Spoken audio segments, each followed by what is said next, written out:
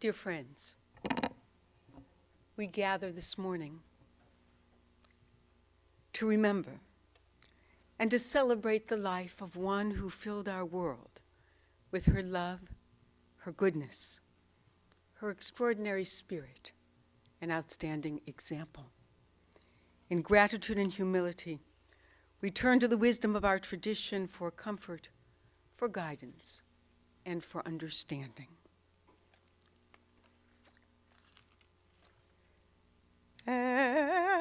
Sinai el harim me'ayin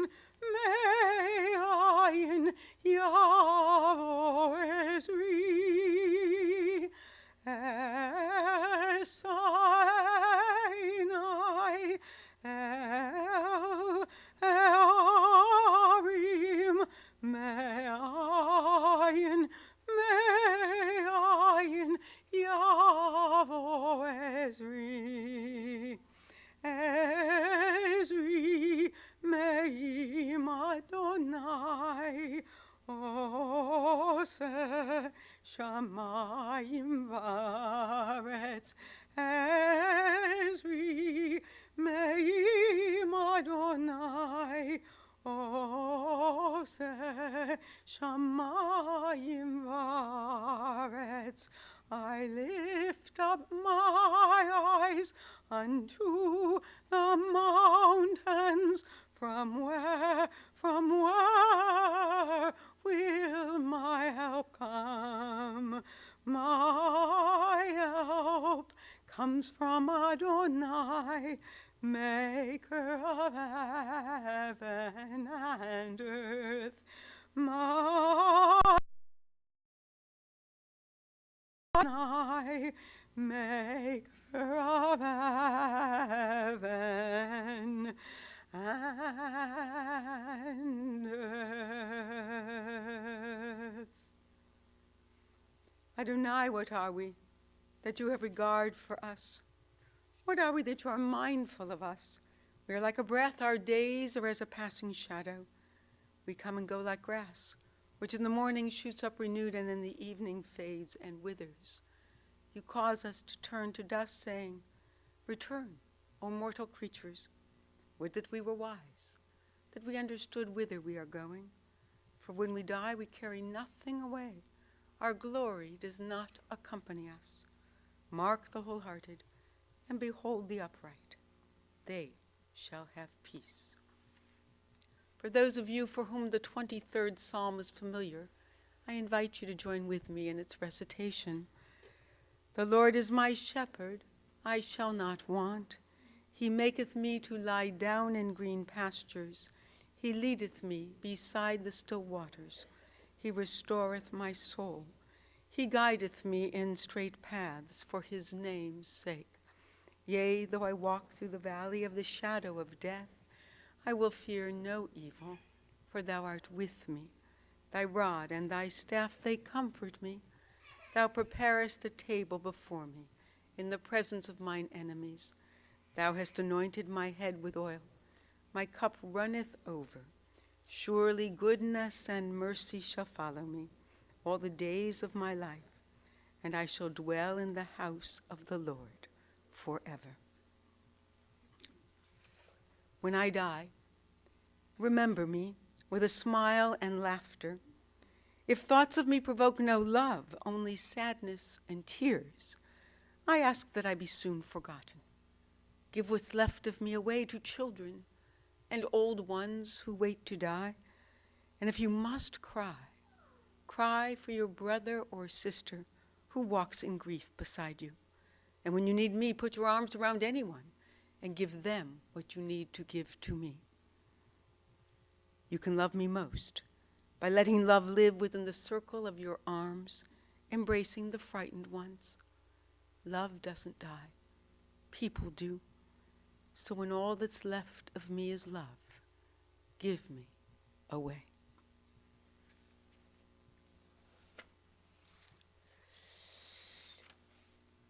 My dear Alan and Kathy, dear Robert, Sam, dear Susan, and Kurt, dear family, friends.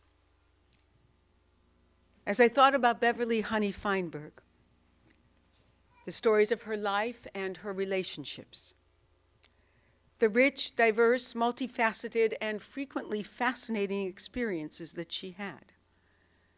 As I thought about her personality and characteristics, her many talents, her intelligence, her instincts, her wisdom, as I thought about her beauty, style, and stature, of the love she gave so generously and received in kind from all she knew, as I thought about her family and how every one of them has stories and anecdotes and feels a deep connection to their mother, grandmother, and even great-grandmother.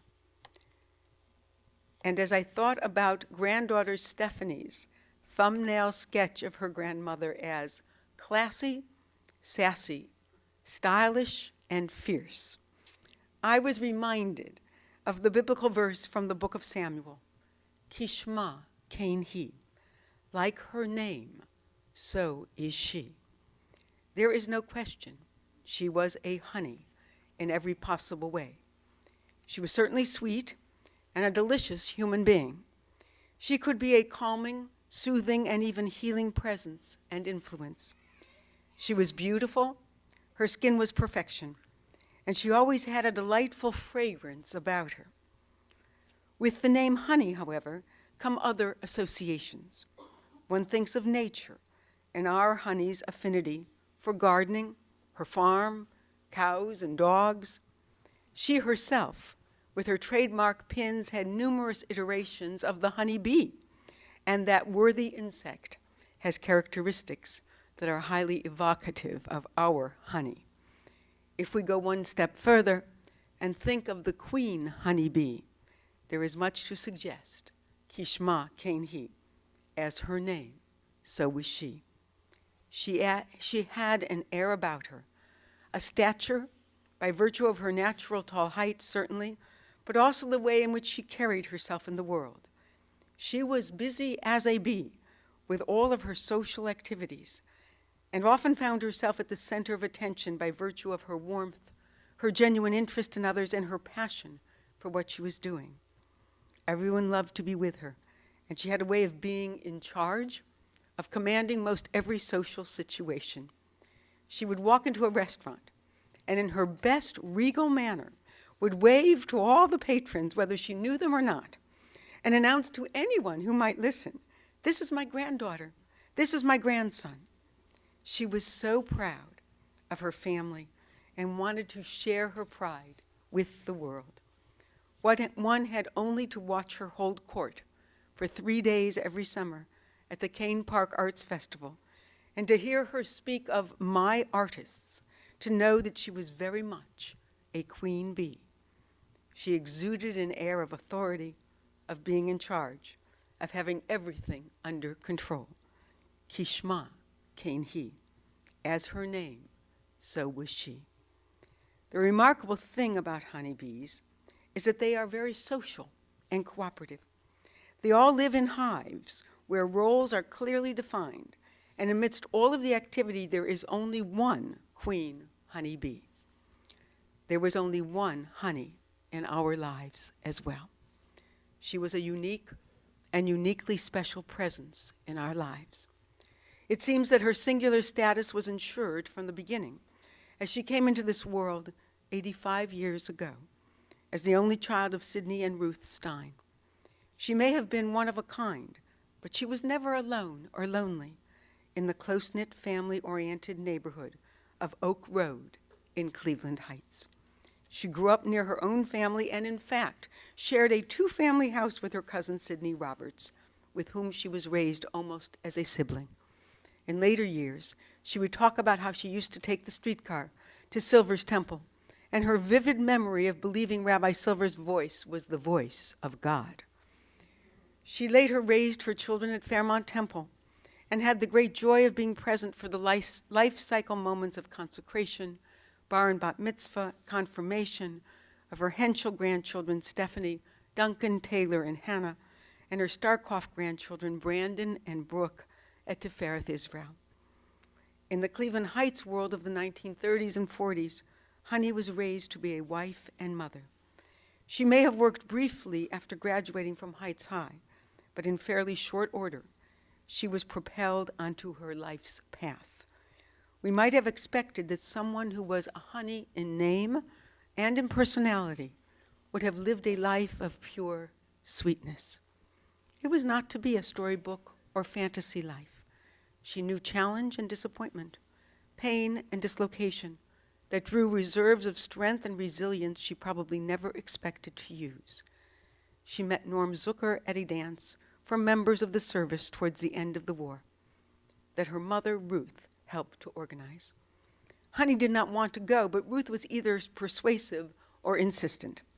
They were married at a lavish affair at the Wade Park Manor, and Alan was born before Honey turned 19. Not surprisingly, the marriage did not last very long. In the beehive of her apartment building, Leah and Jack Starkoff introduced Honey to their son, Harvey. When they married, Harvey adopted Alan, and then Honey and Harvey welcomed Robert and then Susan into their growing family. Kishma Kane he, as her name, so was she. Life must have seemed very sweet on Campus Road in Beechwood. Susan remembers her mother's joy at the arrival of a girl after her two boys. She had circus wallpaper in her room and memorable birthday parties, including the Raggedy Ann-themed party at which the dog ate half the cake. And Honey blithely carried on with the other half. Campus Road was another beehive neighborhood of connections and relationships. There was something wonderfully comforting and anchoring in having Honey's best friend, Joan Rogoff, next door. Susan loved when they would open their windows and chat. But even a Honey can't escape the sting of disappointment, of failed hopes and dreams. After 15 years of marriage, Honey and Harvey divorced. It was a hard time for them all. Honey not only found herself alone as a single mother, she found that many of her friends abandoned her. Even Robert found that some of his school friends would no longer engage with him. Somehow, Honey found a new group of women friends with whom to play cards. They were somewhat quirky and eccentric, but they became almost a support group to her and a consciousness-raising gathering. She loved those friends. They helped her to heal, to find her way again, to be more assertive and to stand up for herself. With their help and encouragement, she found a job at Traub Box Company and thus became one of the first mothers in Beechwood to work outside of her home. Susan and Robert became latchkey kids, and Susan would come home in 8th grade to fix dinner for the family. It may have been with the help of her new friends, but Honey found the strength to sell the house in Beechwood, to move to an apartment, and to help her children emerge from this dark time in their lives.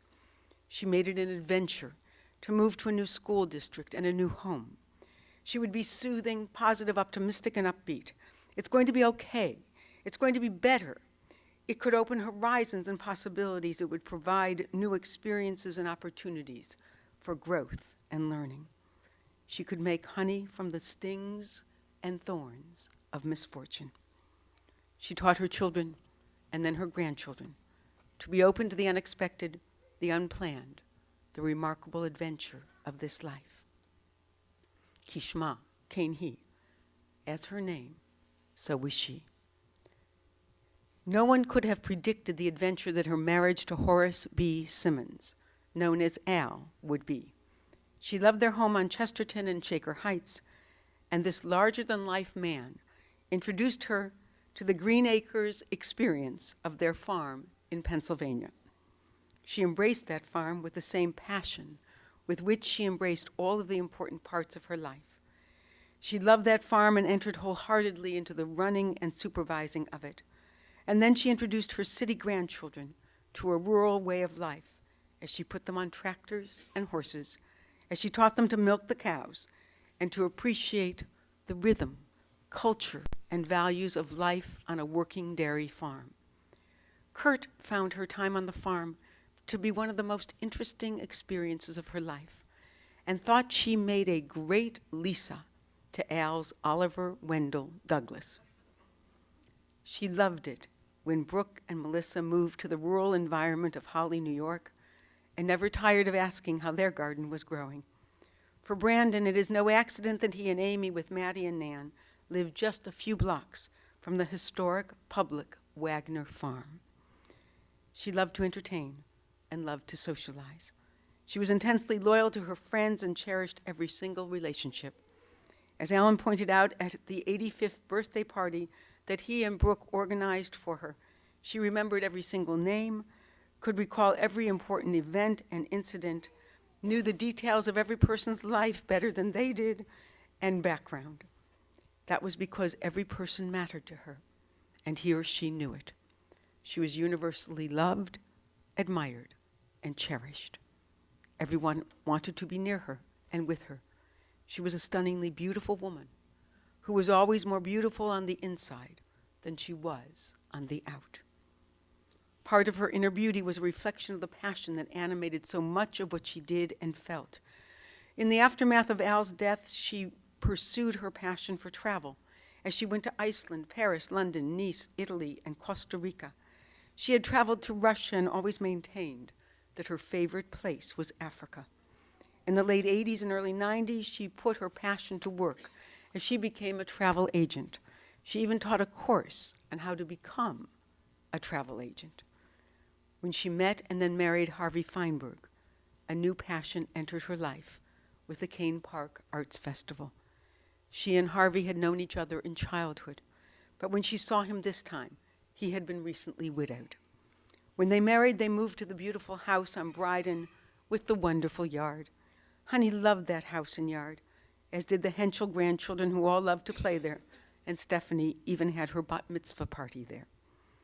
Harvey brought many wonderful things into her life, including his children, Steve and Gwen, who has joined us today from Phoenix, Rachel, Amy, and Barbara. Honey embraced them all. Harvey had founded the Kane Park Arts Festival with their mother, and Honey came to love it so much that when Harvey passed away within 5 years of their marriage, Honey remained vitally and importantly involved. In many ways, it was her involvement at Kane Park that kept her young and interested. Although Alan, Robert, and Susan have always marveled at her native intelligence for a person who never went beyond high school, she was remarkably well-read and knowledgeable about history, culture, the arts, politics, which currently were absolutely mortifying to her. She could speak intelligently about almost everything and always seemed to know what was in style, trendy, or popular. Her capacities were always surprising and revelatory to her loved ones. Her knowledge, intuition, interests, passions, skills, and talents were a continuous source of wonder and inspiration. Kishma Kainhi. As her name, so was she. When Kurt came into Susan's life, they were both 17 years old. Honey was like a second mother to him, and our hearts go out to Kurt and the family who have lost 2 mothers, 2 grandmothers, and 2 great-grandmothers unthinkably at the very same time. Honey embraced Kurt, Sam Del Propost, and Terry when they came into her children's lives. She had the great joy of embracing Alan's Kathy and her youngest grandchild, William. She repeated the process again when Brandon found Amy, Brooke married Melissa, Stephanie found her Mike, and Honey knew Duncan's girlfriend Pam as well. 2 generations maintained that Honey preferred their spouses over them. It was her nature to embrace, to welcome, and to include, and even more so when it came to her loved ones. She was an expert at keeping everyone in touch and connected. She was communication central, as she kept in touch by phone, but most often by text or FaceTime, especially with Maddie and Nan, Dylan and Cooper. As long as her children and grandchildren were in touch with her, they felt in touch with each other. She was the queen honeybee, after all, keeping everyone connected to and involved in their hive. And everyone will attest to the sweetness of her superb cooking and baking. No visit was complete without her banana bread and applesauce. Her apartment always smelled of her amazing chicken soup, and she always had a care package for the kids to take back to college with them. Even now, we half expect to see her. Immaculately dressed, perfectly coiffed, her nails manicured, smelling deliciously, with her signature scarf and a pin or brooch or pendant affixed to her outfit. Only she could make every gathering into an occasion, every occasion into a celebration. We cannot fathom how to manage in this world that seems so greatly diminished without her. And yet, if for no other reason, we know that she would want us to carry on, to live the lives she helped us create, to become the people she knew us to be, to use our gifts of mind and heart to enjoy, to explore, to improve the world around us. She left a sacred legacy of doing and caring and loving. Kishma Kain Hi. As her name, so was she. It is now our task and our responsibility to ensure that the sweetness of her model and example continues in each of our lives as a living tribute to the queen bee of our hearts, the sweet honey of our souls. Zichrona livracha. May her memory be always for blessing. And we say, Amen.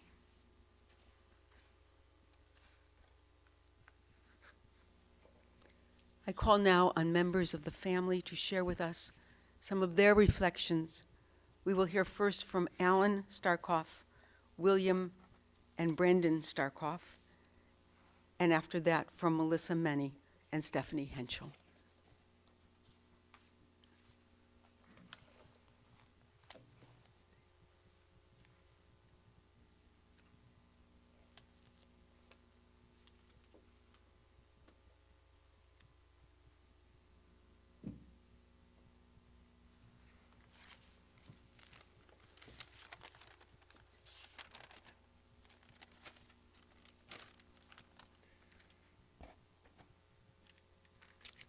Thank you, Cantor Sager.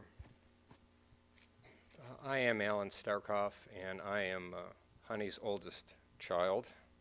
Probably couldn't tell by the gray hair, but I am. And I'm blessed to have Honey's oldest grandchild and also her youngest grandchild, my son Brandon and my son William. Figure out which one's older and which one's younger. Cantor Sager did a remarkable job of giving you an historical, very accurate and touching historical perspective on our mother for what I would characterize as a life well led. She did hint at the first of three facts that I'm sure many of you are not aware of. The first of which, if you listen carefully, my mother was introduced as Beverly Honey Stein. Most people would probably be shocked to know that her name was not Honey. She was born Beverly Honey Stein, and while it's not clear to anybody in the family exactly when the Beverly was abruptly dropped, it is apparent to all of us, having had her love for all these years, that that was an epic moment in time. And those of you, once again, who knew her well, knew that in the tradition of Madonna, Cher, and Beyonce, Honey would always be memorialized and remembered as just Honey.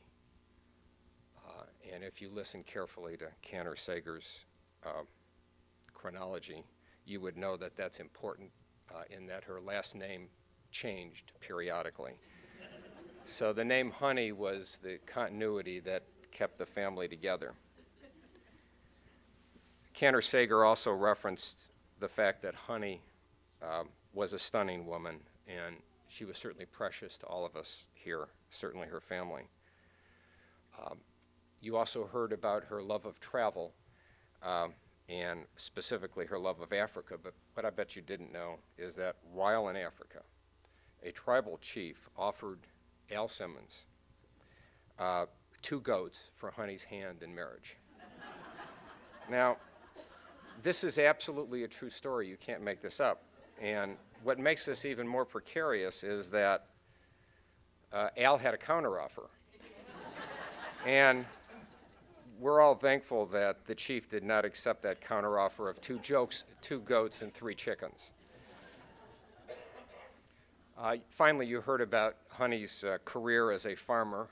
I chuckle when I think about that. And many of you recall Green Acres. Some of the younger people would not. But Honey would certainly channel, I think it was Ava Gabor or Zsa, one of them. And what Cantor Sager didn't tell you is that she would regularly have the Amish farmhands to dinner and introduce them to the joys of Jewish cuisine. But sadly, I can report that as far as anybody in the family knows, we cannot report that there were any converts despite her matzo ball soup and latkes. She was a blessing in all our lives. I'm sure you all know that. We'll miss her greatly, and I know that my much better looking children have something to say. Thank you.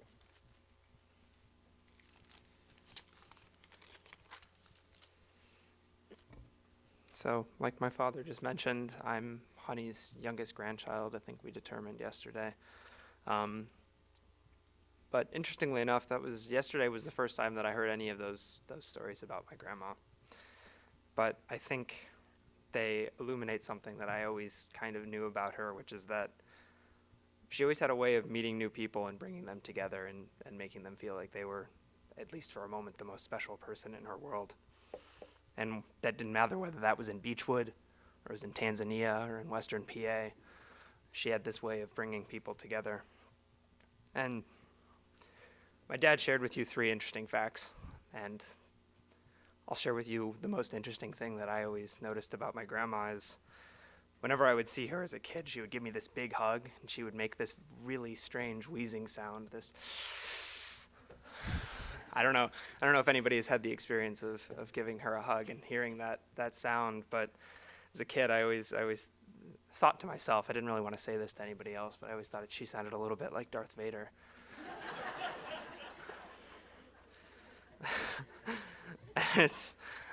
And it's funny, I mean, as a kid, that was pretty much the end of my thought process was, oh, that's a very strange sound, but the more that I think about it, it almost felt like she was hugging me so hard that she needed to free up some extra space in her chest to hug me that much closer. And reflecting on it now, I don't think I've ever met somebody so happy to see people that she knew. That's what I'll remember about Grandma Honey, is she was always just so happy to see me, and that sound kind of reminded me of it. And I think that's why Honey was important and why she had such a big impact on each of our lives, is because she had a big impact on all of our lives. We have a very large, complicated family, and she loved all of us equally and deeply. And I think wherever she is, she would enjoy seeing all of us here today together, appreciating her life. And I think each of us misses her immensely, but I think we should be immensely thankful that all of us are together, at least for today, and I think she would have loved that.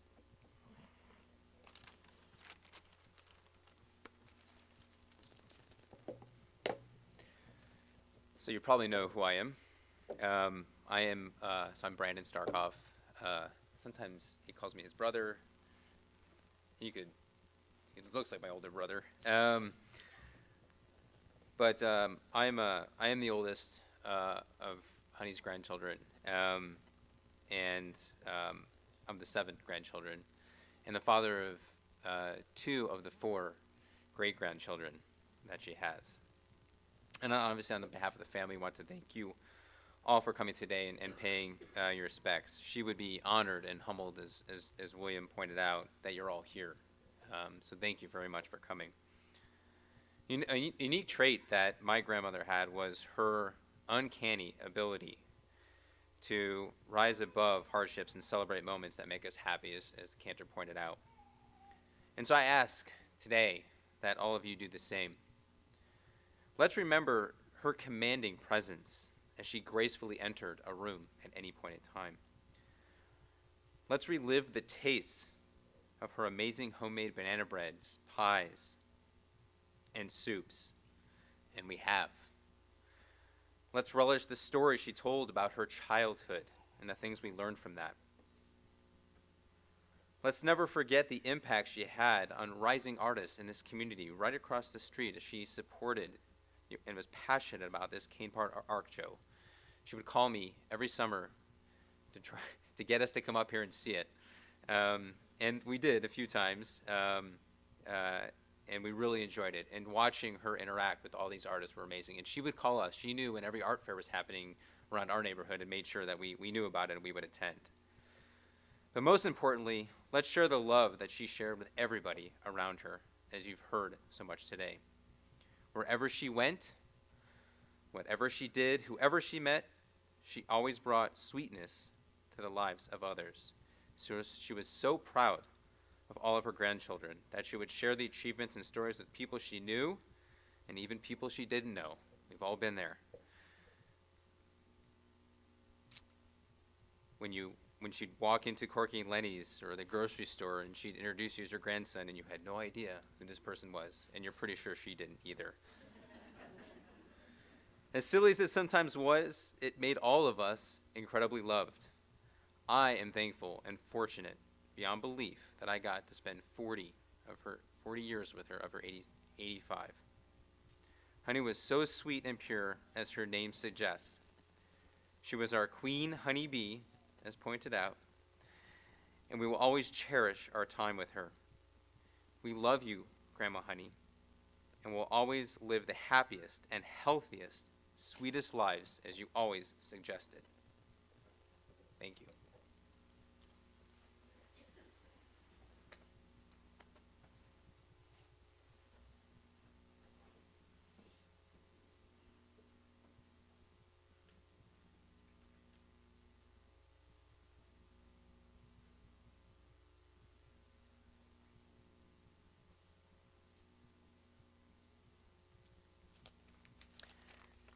I'm Melissa Meny, Brooke Starkoff's wife, and this is on behalf of both of us.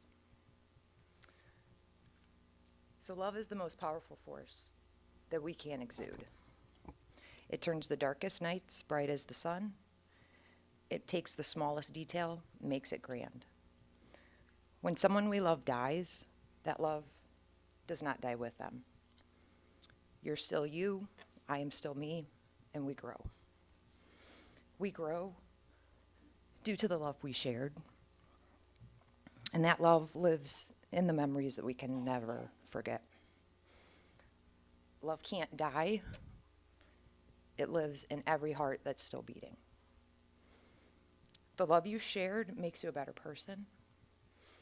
It's meant to be shared, and it's meant to be passed along. It's meant to make you grow, and it's meant to help make others grow. Only by loving can you truly live.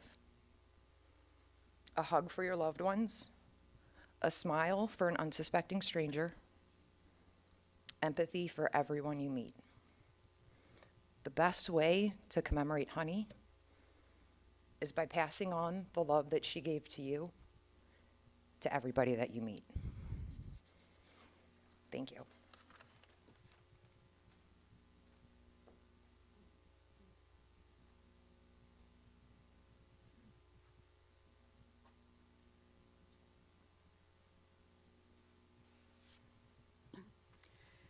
Thank you all for those beautiful tributes to your mother and your grandmother and your great-grandmother.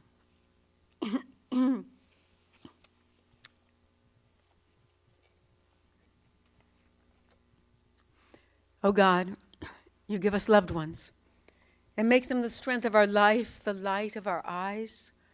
They depart and leave us bereft on a lonely way, but you are the living fountain from which our healing flows. To you the stricken look for comfort and the sorrow laden for consolation. O God, we see life as through windows that open on eternity. We see that love endures and the soul endures as you, O God, endure forever. We see that the years are more than grass that withers, more than flowers that fade. They weave a timeless pattern in a world that is the dwelling place of your love and glory. Please rise.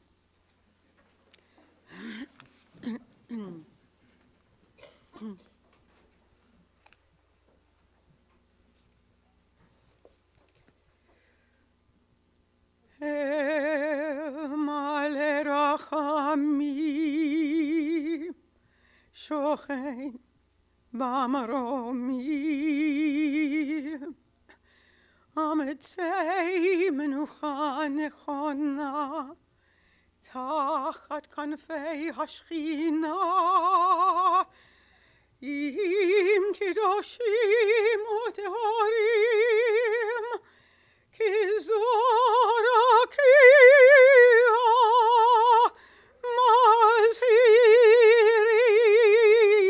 מזהירים את נשמת חנה בת יעקב ורחל שהלכה לעולמה. בעל הרחמים יסתיריה בסתר כנפיו לעולמים. ביצרו החיים את נשמתה. אדוני הוא נחלתה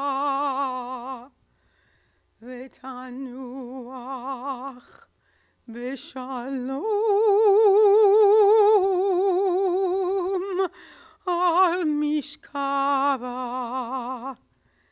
ונאמר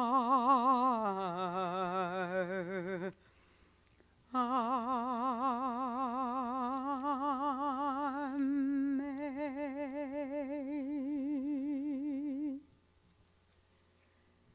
Compassionate God, Eternal Spirit of the universe, grant perfect rest in your sheltering presence to Honey B. Feinberg, who has entered eternity. O God of mercy, let her find refuge in the shadow of your wings, and let her soul be bound up in the bond of everlasting life. God is her inheritance.